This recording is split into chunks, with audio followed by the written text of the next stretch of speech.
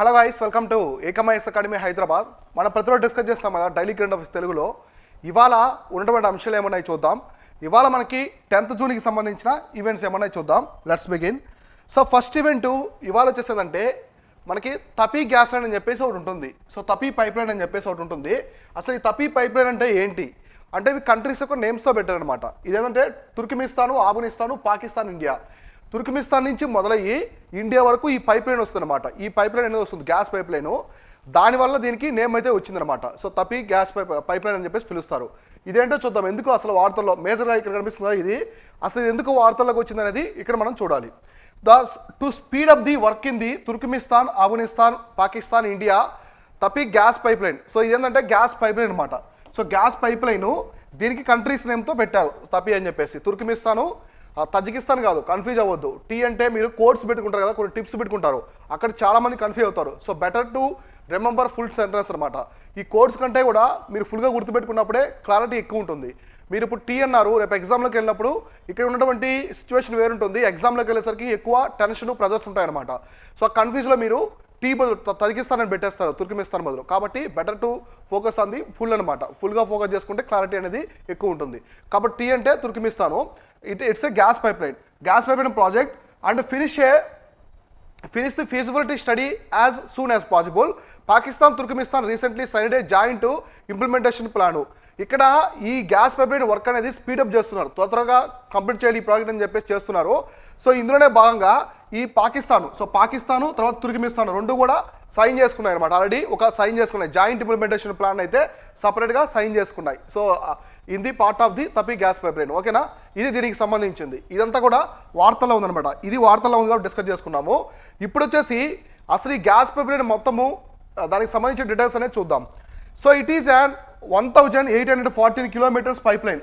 So ఇది మొత్తం వచ్చేసి 1814, సో 1814 కిలోమీటర్లు డిస్టెన్స్ ఉండే pipeline. That aims to transport 33 billion cubic meters of the gas from Turkmenistan to Afghanistan, Pakistan, finally India అనమాట. So ఈ 1814 కిలోమీటర్ డిస్టెన్స్ పైప్ లైన్ ద్వారా మొత్తం 33 బిలియన్ల క్యూబిక్, సో 33 బిలియన్ల cubic meters gas. So cubic మీటర్స్లో count చేస్తారు గ్యాస్ని.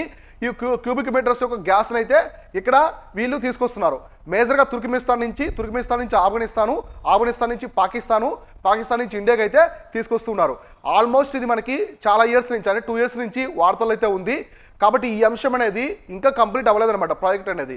ఆ ప్రాజెక్ట్ కంప్లీట్ అయ్యేంత వరకు వార్తల్లో ఉంటుంది కాబట్టి గుర్తుపెట్టుకోవాలి. ఇందులో కంట్రీస్ అనేది చూసుకోవాలి. మేజర్గా అయితే కంట్రీస్ ఏమున్నాయి చూడాలి. ఇక్కడ దీనికి సంబంధించిన మరికొంచెం డేటా చూద్దాం. ఈ గ్యాస్ పైప్ లైన్కి సంబంధించి ఈ గ్యాస్ పైప్ లైన్ని, ఈ తపీ పైప్ లైన్ని ఏమంటారంటే సో పీస్ పైప్ లైన్ అని పిలుస్తారు. సో పీస్ పైప్ లైన్ అని చెప్పేసి నేమ్తో పిలుస్తారు. ఏమని పిలుస్తారంటే మీకు peace pipeline. So peace pipeline అంటే గుర్తుపెట్టుకోండి. సో ఇవి వేరు. రీసెంట్గా బంగ్లాదేశ్తో కూడా మనము ఒక ఫ్రెండ్షిప్ లాగా ఒక పైప్ లైన్ని చేశారన్నమాట. ఒక గ్యాస్ లాంటిది ఒక పైప్ లైన్ చేశారు. It's different from the TAPI gas pipeline. కాబట్టి దీన్ని పీస్ పైప్ లైన్ అంటారు.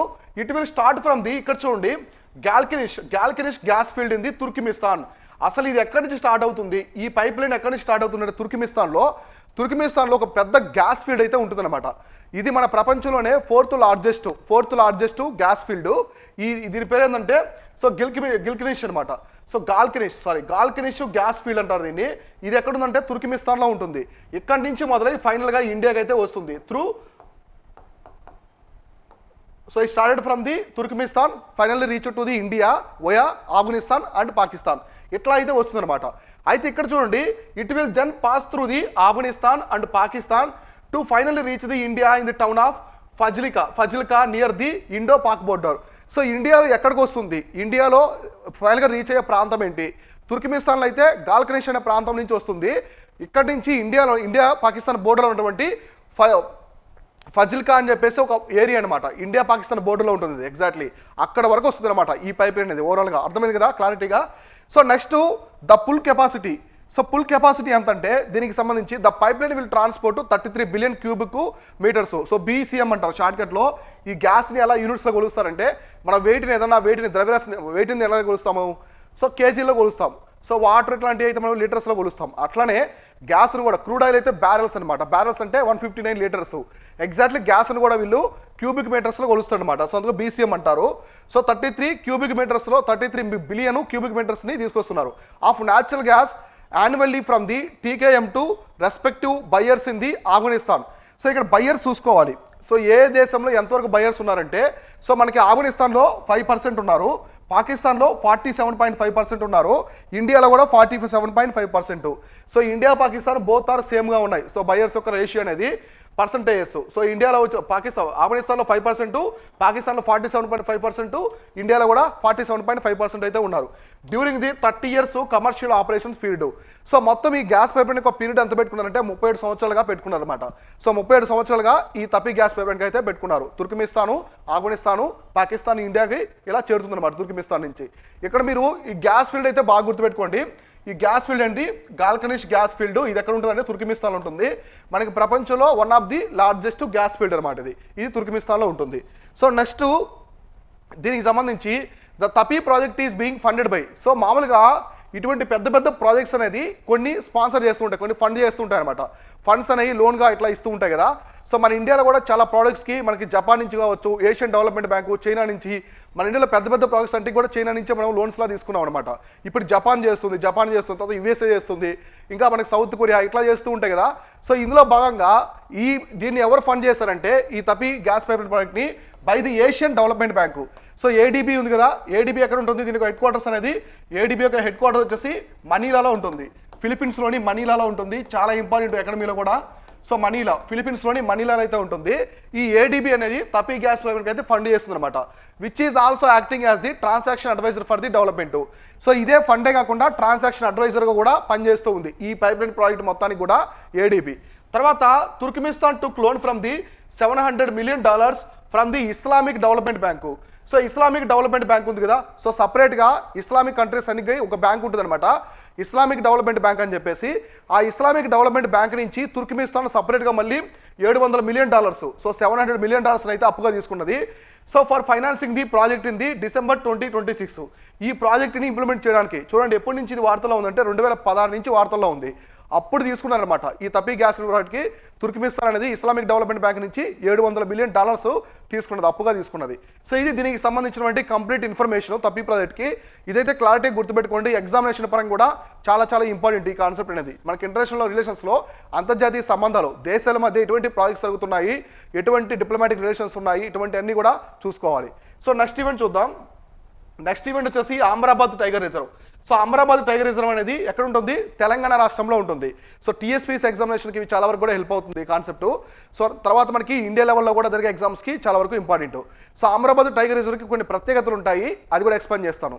ఇక్కడ చూడండి, it is located in the Nagar Kurnool and Nalgonda districts of the southern part of Telangana. So Telangana రాష్ట్రంలోని నాగర్ కర్నూలు, నల్గొండ డిస్ట్రిక్ట్స్లో ఇది విస్తరించి ఉంటుంది. ఇదంతా కూడా అంటే సదరన్ తెలంగాణ, దక్షిణ తెలంగాణలోని దక్షిణ ప్రాంతం, దక్షిణ రీజన్ అనమాట. మొత్తం సౌత్ రీజన్లో ఈ డిస్ట్రిక్ట్స్ అనేవి ఉంటాయి, నల్గొండ, నాగర్ కర్నూలు. అక్కడ ఈ అమరాబాద్ టైగర్ రిజర్వ్ అయితే ఉంటుంది. సో ఇది మొత్తం ఎంత డిస్టెన్స్లో ఉందంటే మొత్తము ఇది వచ్చేసి 2600.14 స్క్వేర్ కిలోమీటర్స్. అప్రాక్సిమేట్లీ మనకి 2612 స్క్వేర్ కిలోమీటర్లు మొత్తం చదరపు కిలోమీటర్ల ఒక పరిధిలో ఉంటుంది అనమాట. పెద్దది, ఇది చాలా పెద్ద tiger reserve. So it is one of the largest tiger reserve in India. So ఇది important. So one of the largest tiger reserve in India అనమాట. సో మన భారతదేశంలో ఉన్నటువంటి టైగర్ రిజర్వ్స్లో one of the largest tiger reserve. ఇక్కడ గుర్తుపెట్టుకోండి, అసలు ఈ అమరాబాద్ టైగర్ రిజర్వ్ ఎందుకు వార్తలకు వచ్చిందంటే రీసెంట్గా ఒక పులికి 10 cubs అనమాట, 10 పిల్లలు ఉన్నాయి. సో చిన్న చిన్న పిల్లలు, పులి పిల్లలు చాలా బాగుంటాయి, చాలా అట్రాక్టివ్గా ఉంటాయి. పులి పిల్లలు లైన్స్ ఇవి చూడండి, చిన్నపిల్లలప్పుడు మన డాగ్స్ కానీ అన్నీ కూడా చాలా అట్రాక్టివ్గా ఉంటాయి. అయితే చాలా రోజుల నుంచి ఇవి కనిపించలేదు అనమాట. అవి కనిపించడం లేదు రీసెంట్గా. సో మనకి ఎస్టర్డే అట్లా అవి కెమెరా ట్రాప్స్లో కనిపించాయి అనమాట. మొత్తం ఒక పులి 10 చిన్న చిన్న కబ్స్ పిల్లలు అనమాట, అవి కెమెరాలో కనిపించాయి. దానివల్ల నిర్ధారణ చేసుకున్నారు, సో ఇది ఇక్కడ ఉంది, వేరే ఏరియాకి వెళ్ళిపోలేదని చెప్పేసి నిర్ధారణ అయితే అయింది. అందువల్ల వార్తల్లోకి వచ్చింది సో ఈ అంశం. సో ఇట్లా తర్వాత it was notified sanctuary in the 1983. So దీన్ని 1983లో శాంచురీగా అయితే గుర్తించారు, వైల్డ్ లైఫ్ శాంచురీగా. తర్వాత after the state bifurcation it was declared as the Amrabad tiger reserve ఉంది 2015. సో ఆంధ్రప్రదేశ్తో డివైడ్ అయిన తర్వాత 2015లో దీన్ని టైగర్ రిజర్వ్ గుర్తించారు. అయితే ఇక్కడ మీకు తెలియాల్సిన ఇంపార్టెంట్ విషయం ఏంటంటే ఇట్స్ వన్స్ అంటే స్టేట్ బైఫర్కేషన్ జరగకముందు ఆంధ్రప్రదేశ్ నుంచి తెలంగాణ విడిపోక ముందు ఇది మొత్తం ఒకే టైగర్ రిజర్వ్గా ఉండేది. అప్పుడు దీని పేరు వచ్చేసి అమరాబాద్ కాదు, Srisailam Nagarjuna Sagar tiger reserve. So important, Srisailam Nagarjuna Sagar tiger reserve అనమాట. దీని అప్పుడు శ్రీశైలం నాగార్జున సాగర్ టైగర్ రిజర్వ్ అని పిలిచేవాళ్ళు. మన ఇండియాలోనే విస్తీర్ణం పరంగా లార్జెస్ట్ టైగర్ రిజర్వ్, మన దేశంలోనే విస్తీర్ణం పరంగా అతిపెద్ద టైగర్ రిజర్వ్ అయితే పులుల కేంద్రం ఏదైనా ఉందంటే అది Srisailam Nagarjuna Sagar tiger reserve. Almost 2 Telugu రాష్ట్రాల్లో ఉంటుంది, చాలా డిస్ట్రిక్ట్స్లో విస్తరించి ఉంటుంది, చాలా పెద్ద టైగర్ రిజర్వ్ ఇప్పటికి కూడా. సో ఈ అమరాబాద్ టైగర్ రిజర్వ్ ఇప్పటికి కూడా మనకి కోర్ జోన్ అనమాట. కోర్ ఏరియా ఉంటుంది కదా, అంటే పులులుండే ఎక్కువ కోర్ ఏరియా ఉంది కదా, ఈ కోర్ ఏరియాలో కోర్ జోన్లో కోర్ ఏరియా పరంగా largest national park largest tiger reserve అంటే అది అమరాబాద్. బఫర్ జోన్ పరంగా సో మనకి టైగర్ రిజర్వ్ తీసుకున్నప్పుడు ఒక టైగర్ రిజర్వ్ తీసుకున్నాము, ఇలా తీసుకున్నప్పుడు ఇక్కడ కోర్ ఏరియా ఉంటుంది మిడిల్. సో ఈ మిడిల్లో పులులు అనేవి ఎక్కువగా ఉంటాయి అనమాట, పులులు ఎక్కువగా ఉండే కోర్ ఏరియా. తర్వాత బఫర్ జోన్ ఉంటుంది, ఇట్లా బఫర్ జోన్ ఉంటుంది. ఈ బఫర్ జోన్ పరంగా శ్రీశైలం నాగార్జున సాగర్ టైగర్ రిజర్వ్ ఇండియాలోనే అతిపెద్దది, కోర్ ఏరియా పరంగా ఈ అమరాబాద్ అతిపెద్దది అనమాట. ఇట్లా మీరు డిఫరెన్స్ అయితే గుర్తుపెట్టుకోండి, ఓకేనా. మన కనహా టైగర్ రిజర్వ్ వచ్చేసి సెంట్రల్ ఇండియాలో లార్జెస్ట్ టైగర్ రిజర్వ్ వచ్చేసి కనహా టైగర్ రిజర్వ్.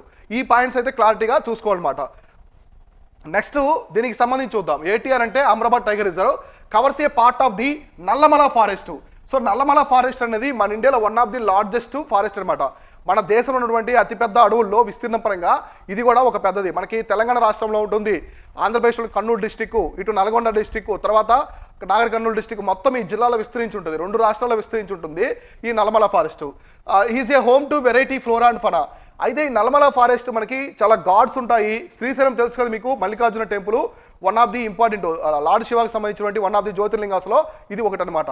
అయితే ఇక్కడ ఇంపార్టెంట్ థింగ్ ఏంటంటే ఇది ఈ నల్లమల హిల్స్లో నల్లమల ఫారెస్ట్లో different types of flora and fauna ఉంటాయన్నమాట. ఇది కంప్లీట్గా హిల్లీ టెరైన్ టైగర్ రిజర్వ్. అంటే టైగర్ రిజర్వ్ అంటే ఏదో ఫారెస్ట్ ప్లెయిన్గా మనకి గడ్డి భూములు అట్లా ఉండదు, మొత్తం కూడా కొండ ప్రాంతాలు అనమాట. సో మొత్తం హిల్స్ లాగా ఉంటుంది, పుళ్ళైనా సరే హిల్స్ మీద తిరుగుతూ ఉంటాయి అక్కడ. సో ప్లెయిన్గా గ్రౌండ్ అయితే ఉండదు, మొత్తం హిల్లీ టెరైన్, ఇది మొత్తం కొండ ప్రాంతాలు ఎక్కువ ఉంటాయి. తర్వాత విత్ డీప్ వ్యాలీ గార్జెస్, ఎక్కువ డీప్ వ్యాలీస్, లోయలు ఉంటాయి, గార్జెస్ ఉంటాయి, catchment of the Krishna river. So ఈ నల్లమల ఫారెస్ట్ మొత్తానికి కూడా వాటర్ సోర్స్ ఏదైనా ఉందా అంటే అది కృష్ణా రివర్ అనమాట. సో కృష్ణా నది నుంచి వచ్చే వాటరే ఈ మొత్తం ఇక్కడ ఉండే ఫ్లోరా ఫనా, మనకి చెట్లు అయితేనేమి, తర్వాత పక్షులు, జంతువులు, మొత్తానికి కూడా ఇదే అనమాట. వాటర్ సోర్స్ వచ్చేసి మేజర్గా Krishna river. So major wild animals ఏమైనా ఉన్నాయంటే ఇక్కడ ఈ నల్లమల ఫారెస్ట్లో మేజర్గా వైల్డ్ యానిమల్స్ కావచ్చు అమరాబాద్ టైగర్ రిజర్వ్లో అవి టైగరు, సో పులి కావచ్చు, లిపార్డు, వైల్డ్ డాగ్స్, తర్వాత ఇండియన్ వుల్ఫ్, తర్వాత Indian fox, rusty spotted cat, small Indian civet, తర్వాత స్లోత్ బీరు చాలా ఇంపార్టెంట్ ఇక్కడ, హనీ బ్యాడ్జర్, తర్వాత వచ్చేసి వైల్డ్ బోరు. ఇవన్నీ కామన్గా మనకి ఆంధ్రప్రదేశ్, తెలంగాణ కనిపించే ఎనిమల్స్ అనమాట, ఈ అమరాబాద్ టైగర్ రిజర్వ్లో ఉంటాయి. సో అమరాబాద్ టైగర్ రిజర్వ్ కూడా చాలా ఫేమస్ ఫర్ ది టైగర్స్ అనమాట. తర్వాత ఇక్కడ మొత్తము 303 బర్డ్ స్పీసీస్ కూడా ఉన్నాయన్నమాట. సో మొత్తం ఈ రీజన్లో మొన్న బర్డ్ సెన్సస్ చేసినప్పుడు 303కు పైగా బర్డ్స్, పక్షి జాతులు కూడా ఉన్నాయని చెప్పేసి నిర్ధారణ అయితే చేశారు. ఇది దీనికి సంబంధించినటువంటి కంప్లీట్ ఇన్ఫర్మేషన్, దేనికి ఈ అమరాబాద్ టైగర్ రిజర్వ్ సంబంధించి. మన కరెంట్ ఈవెంట్స్లో ప్రతిరోజు ఏదో ఒక టైగర్ రిజర్వ్ సంబంధించి కావచ్చు, wild life sanctuary, national parks అయితే వస్తూనే ఉన్నాయి. ఎందుకంటే ఇవి ఎక్కువ వార్తల్లో ఉంటాయి కాబట్టి క్వశ్చన్స్ కూడా ఎక్కువ ఎగ్జామినేషన్లో ఉంటాయి. కాబట్టి వీటి మీద బాగా ఫోకస్ చేయండి, ఈ పాయింట్స్ అన్ని నోట్ చేసుకోండి. అంటే ఇంతకంటే ఎక్కువ ఇన్ఫర్మేషన్ అవసరం లేదు, ఎగ్జామ్కి ఎంతవరకు అవసరమో అంతవరకే వెళ్ళాలి. ఎగ్జామ్లో ఏది స్కిప్ చేయాలో తెలిస్తే మీరు త్వరగా విజేతలు అవుతారు. ఏది చదవాలో కాదు, ఏది స్కిప్ చేయాలో తెలియాలి. ఎందుకంటే చాలా మనకి వ్యాస్ట్ అమౌంట్ ఆఫ్ డేటా ఉంటుంది, అందులో ఏది కరెక్ట్గా మనకి అవసరమో తెలియడమే కాదు, ఏది తీసేయాలో కూడా తెలియాలి. అప్పుడే స్మార్ట్ వేలో మీ ప్రిపరేషన్ అనేది ఉంటుందన్నమాట. సో తర్వాత నెక్స్ట్ ఈవెంట్ ఏముందో చూద్దాం. సో నెక్స్ట్ ఈవెంట్ వచ్చేసి గెయింట్ మీటర్ వే రేడియో టెలిస్కోప్, GMRT అంటారు షార్ట్కట్లో. ఇది వార్తల్లో ఉంది. గత కొన్ని మంత్స్గా మనం చూస్తూనే ఉన్నాం, ఏదో ఒక టెలిస్కోప్ సంబంధించి వార్తలు అయితే వస్తూనే ఉంది. హబ్బుల్ టెలిస్కోప్ గురించి చూసాం, తర్వాత మనకి హిమాలయన్ చంద్రారే టెలిస్కోప్ గురించి చూసాం, తర్వాత జేమ్స్ వెబ్ టెలిస్కోప్ గురించి చూసాం, స్పిట్జర్ టెలిస్కోప్ గురించి చూసాం. ఇట్లా వస్తూనే ఉన్నాయి కదా. వాటికి సంబంధించిన ప్రత్యేకతలు కానీ, అది ఏ దేశానికి సంబంధించినవి, ఏ అంతరిక్ష పరిశోధన సమస్యకు సంబంధించినవి, అవి దేని మీద స్టడీ చేస్తున్నాయని కూడా మనం డిస్కస్ చేసుకుంటూ ఉన్నాం. ఇవాళ దాంట్లో భాగంగా ఇవాళ వచ్చిన టెలిస్కోప్ ఏంటంటే గెయింట్ మీటర్ వే రేడియో టెలిస్కోప్. ఇది ఎక్కడ సంబంధించినంటే పూణే, అంటే మన ఇండియాకి సంబంధించింది. పూణేకి సంబంధించిన ఆస్ట్రోనమర్స్. సో ఆస్ట్రోనమర్స్ అంటే ఖగోళ శాస్త్రవేత్తలు. సో వాళ్ళు ఏం చెప్తున్నారంటే astronomers recently discovered two new millisecond pulsars అనమాట. Pulsars rotating neutron stars using a indigenously developed novel technique. So which was applied during the ongoing sky survey conducted by the giant meter wave radio telescope. అసలు ఇది మెయిన్గా వార్తల్లో రావడానికి theme ఏంటంటే, వార్తల్లో రావడానికి reason ఒక 2 మిల్లీ, ఇక్కడ ఏం చేస్తారంటే వాళ్ళు 2 new millisecond pulsars. So pulsars అంటే తెలుసు కదా మీకు, న్యూట్రాన్ స్టార్ దగ్గర ఫామ్ అవుతాయి అనమాట. న్యూట్రాన్ స్టార్ దగ్గర ఫామ్ అయ్యి రొటేట్ అవుతుంటాయి. వీటికి మ్యాగ్నెటిక్ ఫీల్డ్స్ అనేది ఎక్కువ ఉంటుంది, అయస్కాంత క్షేత్రం అనేది ఎక్కువగా ఉంటుంది అనమాట. సో వాటిని చాలా బ్రైట్గా ఉంటాయి ఇవి. మన స్టార్ కంటే కూడా, ఒక నక్షత్రం కంటే కూడా ఎక్కువ బ్రైట్గా అయితే ఈ పల్సర్స్ అనేవి ఉంటాయి. మీరు స్పేస్లో చూస్తూ ఉంటారు. అంటే ఒక న్యూట్రాన్ స్టార్ ఇట్లా రొటేట్ అవుతున్నప్పుడు ఇలా ఉంటాయి అనమాట. ఇట్లా పల్సర్స్ అనేవి ఉంటాయి. ఇదంతా అయస్కాంత శక్తి అనేది ఎక్కువ ఉంటుంది. ఇది టెలిస్కోప్ అనమాట. సో గెయింట్ మీటర్ వే టెలిస్కోప్ ఉంది కదా, ఇది గెయింట్ మీటర్ వే రేడియో టెలిస్కోప్. అయితే వీళ్ళు ఏం చేస్తారంటే ఆ 2 న్యూ మిల్లీ సెకండ్స్ పల్సర్స్ అయితే వీళ్ళు కనిపెట్టారు. వీళ్ళు నావెల్ టెక్నిక్ అంటే ఇండిజినస్గా, మనం వేరే దేశం యొక్క సహాయం తీసుకోకుండా ఈ టెలిస్కోప్ యొక్క సహాయంతోనే వీళ్ళైతే కనిపెట్టారు అనమాట. ఎవరు? పూణేకి సంబంధించిన ఖగోళ శాస్త్రవేత్తలు. సో అందువల్ల ఇది వార్తలకు వచ్చింది. ఈ టెలిస్కోప్ గురించి ఒక ఇంపార్టెంట్ పాయింట్ అయితే చూద్దాం. సో జిఎంఆర్టీ అంటే giant meter wave radio telescope is a low frequency radio telescope that helps investigating the various radio astrophysical problems ranging from the nearby solar systems and edge of the observed universe. అంటే వీళ్ళు ఇక్కడ ఏం చెప్పారంటే solar సిస్టమే కాకుండా edge of the universe అనమాట. మన సౌర కుటుంబానికి సంబంధించిన డేటానే కాకుండా మొత్తం విశ్వానికి సంబంధించిన డేటాను కూడా వీళ్ళైతే ఇక్కడ స్టడీ చేస్తూ ఉన్నారు. సో అందులో భాగంగానే రీసెంట్గా చూడండి, మన ఇస్రో నాసా కంటే చిన్నదైనప్పటికీ కూడా చాలా వాటిల్లో కూడా మనం ముందున్నాం అనమాట. చాలా చంద్రుడి మీద వాటర్ ఉందని చెప్పేసి అసలు ఎవరు చెప్పారు? ఇండియాలోని చంద్రయాన్ 1 చెప్పింది. మొట్టమొదటిసారి చంద్రుడి మీద వాటర్ ఉండడం. తర్వాత మొట్టమొదటిసారి ఎక్కువ శాటిలైట్స్ 103 శాటిలైట్స్ మనము అంతరిక్షంలో పంపింది కూడా ఇండియానే మొట్టమొదటిసారి. తర్వాత మనకి ఇంతకుముందు మనం ఏన్షియంట్ హిస్టరీని చూసుకుంటే మనకి ఎలాంటి టెలిస్కోప్లు ఇవి లేకుండా గ్రహం యొక్క మూమెంట్స్ కావచ్చు, గ్రహ పరిణామాలు ఇవన్నీ కూడా మన వాళ్ళు ఎక్స్ప్లెయిన్ చేస్తారు. ఆర్యభట్ట దగ్గర నుంచి కావచ్చు, వరాహమిరుడు, వీళ్ళందరూ కూడా. తర్వాత మనం ఇంకా రీసెంట్గా చూసుకుంటే మార్స్కి సంబంధించి కూడా చాలా దేశాలు 3 attempts 4 attempts అలా పట్టింది మార్స్ కక్షలోకి వాళ్ళు పంపినటువంటి సిస్టమ్స్ అన్ని పోవడానికి. కానీ ఇండియా అనేది మొట్టమొదటి అటెంప్ట్లోనే వెళ్ళిందనమాట. So India is growing. So India అనేది డెవలప్ అవుతూ ఉంది. స్పేస్ రంగంలో అయితే ఇండియా అనేది చాలా దూసుకుపోతుంది అనమాట కంపేర్ టు అదర్ స్పేస్. మీరు జాక్సాకు సంబంధించి కావచ్చు, European Space Agency, Roscosmos అంటే రష్యాకి సంబంధించి కావచ్చు, నాసాకు సంబంధించి ఇట్లా స్పేస్ ఎక్స్ ఇవన్నీ చూడండి. మనకి అమెరికాలో కొద్ది రోజుల్లో మనం గమనిస్తే అమెరికాలో ప్రైవేట్ సెక్టార్స్ చాలా పుంజుకుంటూ ఉన్నాయి స్పేస్ రంగంలో. ఎలాన్ మస్క్ సంబంధించిన స్పేస్ ఎక్స్ కావచ్చు, అలానే మనకి జెఫ్ బెజోస్, ఇంతకుముందు మనకి అమెజాన్ ఫౌండర్ ఉన్నారు కదా జెఫ్ బెజోస్, ఆయనకి సంబంధించిన బ్లూ ఒరిజిన్, ఇట్లా స్పేస్ రంగం అనేది భూమి అందుకుంటూ ఉంది. అలానని చెప్పేసి ఇండియా వెనకబడలేదు. ఇండియాలో కూడా ప్రైవేట్ సెక్టార్లో చాలా ముందున్నాయన్నమాట. మన ఇండియాలో మొట్టమొదటి ప్రైవేట్ రాకెట్ తీసుకొచ్చారు ఎవరు? స్కై రూట్ ఏరోస్పేస్, హైదరాబాద్కి సంబంధించిన వాళ్ళు. తర్వాత మొట్టమొదటి ప్రైవేట్ లాంచ్ ప్యాడ్ తీసుకొచ్చారు ఎవరు? చెన్నై బేస్డ్ అగ్నికుల్ కాస్మోస్ అనే కంపెనీ తీసుకొచ్చింది. తర్వాత ఇండియాలో మొట్టమొదటిసారి అసలు కంప్లీట్గా శాటిలైట్ హైబ్రిడ్కి సంబంధించిన రాకెట్ అనమాట. ఒక హైబ్రిడ్ రాకెట్ తీసుకొచ్చారు. ఎవరు తీసుకొచ్చారు? మార్టిన్ ఫౌండేషన్ అని చెప్పేసి వాళ్ళు అబ్దుల్ కలాం యొక్క టెక్నాలజీ సెంటర్తో కొలాబరేట్ అయ్యి. చూడండి ఇండియాలో కూడా ప్రైవేట్ సెక్టర్ అనేది స్పేస్లో చాలా పుంజుకుంటూ ఉంది.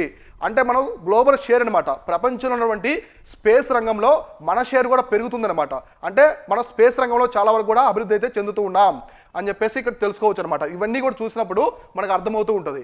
సో ఇలాంటి కాన్సెప్ట్స్ మనకి మెయిన్స్ పరంగా చాలా అడుగుతూ ఉంటారు. ఇండియా యొక్క స్పేస్ యొక్క షేర్ అనేది గ్లోబల్ షేర్లో ఏ విధంగా ఉంది, ఇండియా అనేది నాసాకి ఏ విధంగా కాంపిటేటివ్గా మారుతుందని చెప్పేసి చెప్పొచ్చు అనమాట. చాలా దేశాల యొక్క శాటిలైట్స్ కూడా మనము తక్కువ ప్రైస్లోనే తక్కువ టైంలోనే మనం చేస్తూ ఉన్నాం కదా ఇక్కడ. అవి మేజర్గా ఇంపార్టెంట్ థింగ్స్. నెక్స్ట్ వచ్చేసి దీనికి సంబంధించి అయితే ఈ మేజర్గా ఈ గెయింట్ మెటావేరు రేడియో టెలిస్కోప్ అనేది ఎక్కడుంది, ఏ ప్రాంతంలో ఉందని ఇంపార్టెంట్. లొకేషన్ పరంగా చూసుకుంటే ఇది వచ్చేసి మనకి కాదోద్ అని చెప్పేసి ఒక ప్రాంతంలో ఉంటుంది. ఇది 80 kilometers from the Pune, Maharashtra. So మహారాష్ట్రలోని పూణే సిటీకి 80 kilometers దూరంలో అయితే ఉంటుందన్నమాట. తర్వాత it is a project of the department of atomic energy. So ఇది ఏం ప్రాజెక్ట్ అంటే మనకి డిపార్ట్మెంట్ ఆఫ్ అటామిక్ ఎనర్జీ ఉంది కదా, department of atomic energy operating under the Tata institute. So Tata institute of the fundamental research. So Tata institute of the fundamental research. మామూలుగా ఈ department of atomic ఎనర్జీని మొట్టమొదటిసారి ఎవరు ఎస్టాబ్లిష్ చేశారంటే టాటా వాళ్ళు సపోర్ట్ చేశారు. మనకి హోమీ జహంగీర్ బాబా ఉన్నారు కదా, ఆయన అప్పుడు చెప్తారనమాట మనకి రాకెట్ బాయ్స్ అని చెప్పేసి ఒక వెబ్ సిరీస్ కూడా వచ్చింది, టీవీ సిరీస్. అందులో మనకి హోమీ జహంగీర్ బాబా, విక్రమ్ సారాభాయి, అబ్దుల్ కలాం గారు ఉంటారు కదా. అప్పుడు హోమీ జహంగీర్ బాబా చేసిన ప్రయోగాలకి ఫండింగ్ చేయడానికి ఎవరు ఉండరనమాట. ఆ టైంలో ఏం చెప్పారంటే టాటా వాళ్ళు సపోర్ట్ చేస్తారు. సో మన ఇండియాలో స్పేస్ రంగం ఇదంతా అవడానికి మేమైతే మా కృషి చేస్తామని చెప్పేసి మొట్టమొదటిసారి ఇన్వెస్ట్ చేస్తారన్నమాట టాటా వాళ్ళు. అందుకే మన ఇండియాలో చాలా మెగా ప్రాజెక్ట్స్ అన్నీ కూడా టాటా వాళ్ళే స్టార్ట్ చేశారు. మన ఇండియాలో మొట్టమొదటి స్టీల్ ప్లాంట్ కావచ్చు, మొట్టమొదటి 5 స్టార్ హోటల్ కావచ్చు, తర్వాత ఆటోమొబైల్ సెక్టర్ కావచ్చు, ఇలా చాలా రంగాలు, మొట్టమొదటి క్యాన్సర్ హాస్పిటల్ కావచ్చు, ఇవన్నీ ఎవరు స్టార్ట్ చేస్తారంటే టాటా వాళ్ళే స్టార్ట్ చేస్తారు మన ఇండియాలో.